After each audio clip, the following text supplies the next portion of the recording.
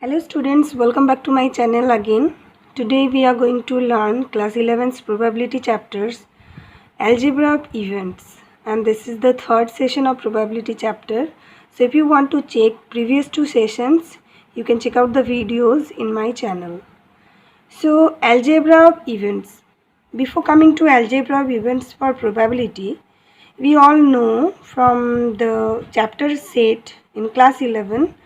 Actually, we have studied different ways of combining two or more sets like union, intersection, difference, complement of a set.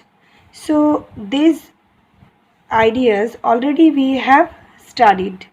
Now the same ideas, same ways to combine two or more events we will be studying over here in this session. So let us take A, B events of the sample space A.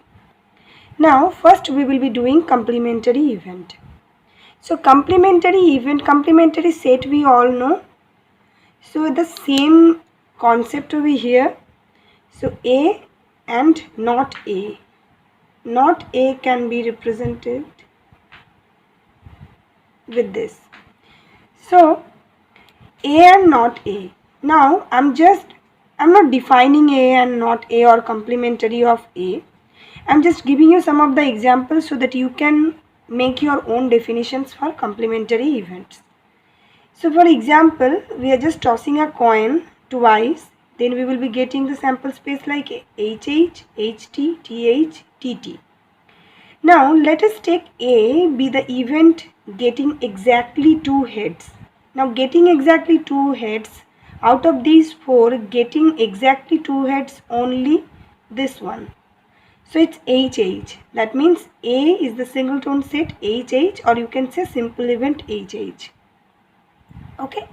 Coming to not A. Not A means whatever we have taken in A, rather than that or except that element, we have to take others, all left out elements from the sample space A. That means not A, we can describe the event as A was the event for getting exactly two heads. So not A will be the event not getting two heads. That means it is HT, TH, TT, or we can denote it like A prime. That means we can say that A prime is equals to S minus A.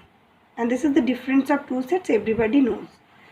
Now coming to the second concept for this is the event A or B. In the set chapter you all have done A or B means A union B, the same concept over here for A or B, A union B, and A and B, A intersection B.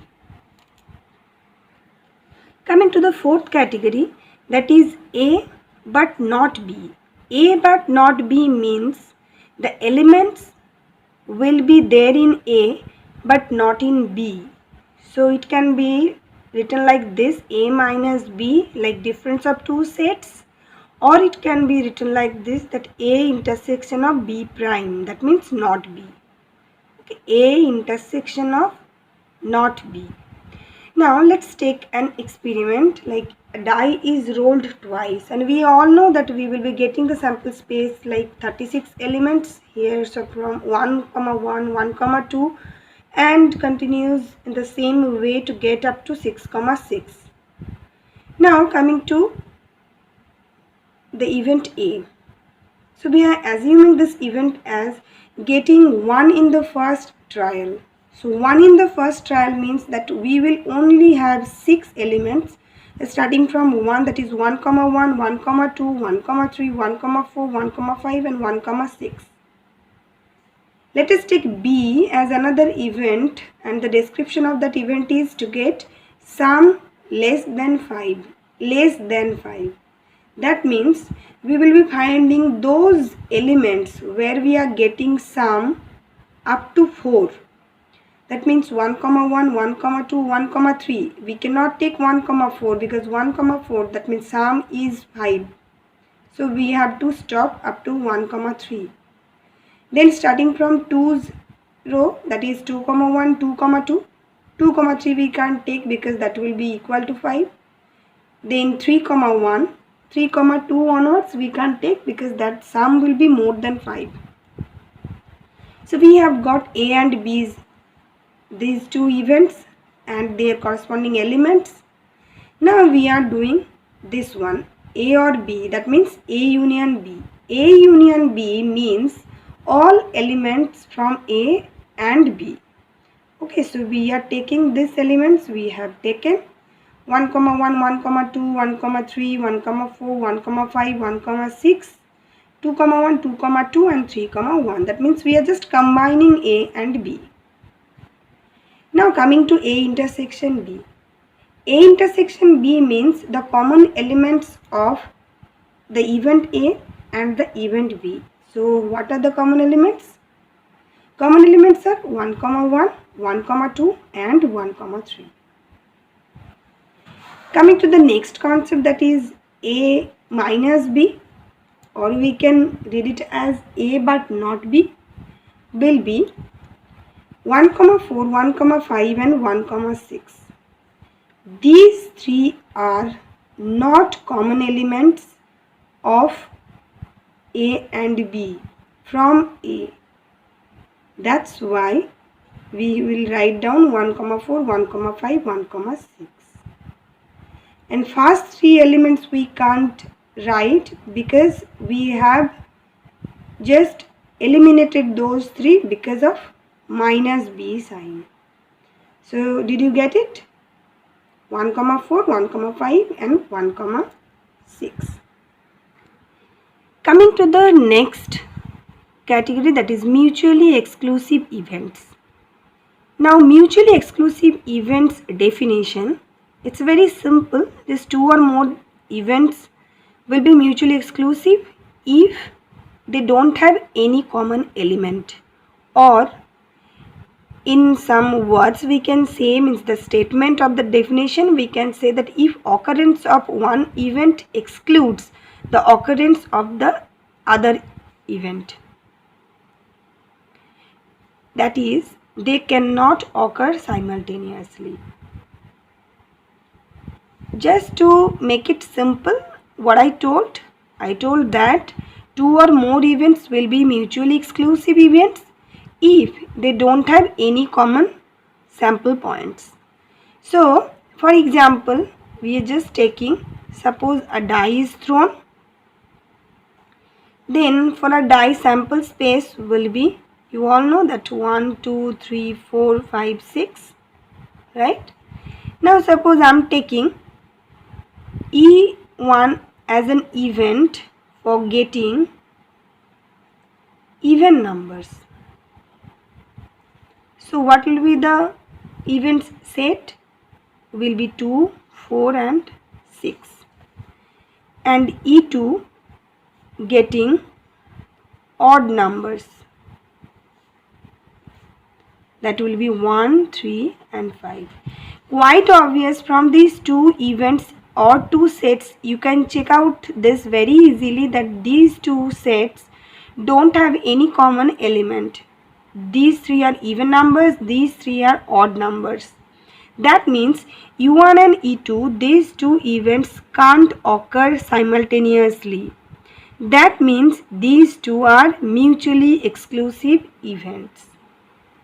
Now I have written over here as remark simple events. So all simple events are always mutually exclusive.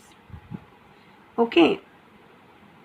Why? Because all simple events will have different elements.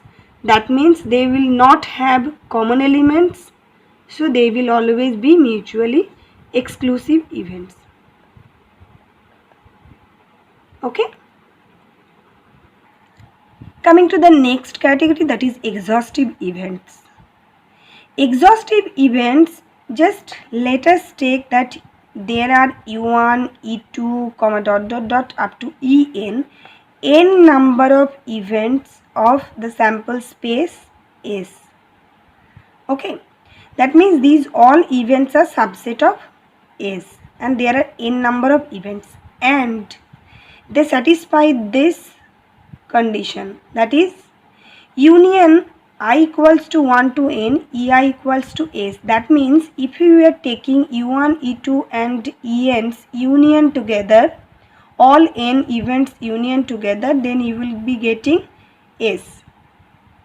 Now if we are having this condition approved or this condition valid, then we can say that these events u1 comma e2 comma dot dot dot up to comma en, these are n exhaustive events.